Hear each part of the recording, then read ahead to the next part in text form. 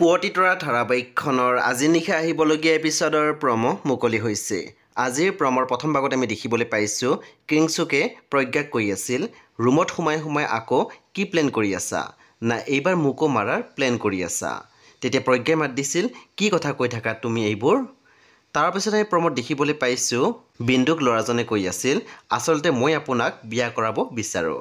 তেতিয়া বিন্দুৱে মাত দিছিল, আপুনি বলিয়া হৈছে নেকি? মই কোন কি একো নজনাকৈ আপুনি এইবোৰ কি কৈ আছে? নে আপোনাক এইবোৰ ক'বলৈ আন কোনোবাই কৈছে? তাৰপিছত আমি প্ৰমত দেখিবলৈ পাইছোঁ বেদই কৈ আছিল, যদি তই বিন্দুৰ শৈবৰ মতে সিদ্ধান্ত ল তেনেহ'লে মই একো নামাতো, কিন্তু তই অকলে একো সিদ্ধান্ত ল'ব নোৱাৰ, না তাইক বিয়াৰ বাবে হেঁচা দিব পাৰিবি।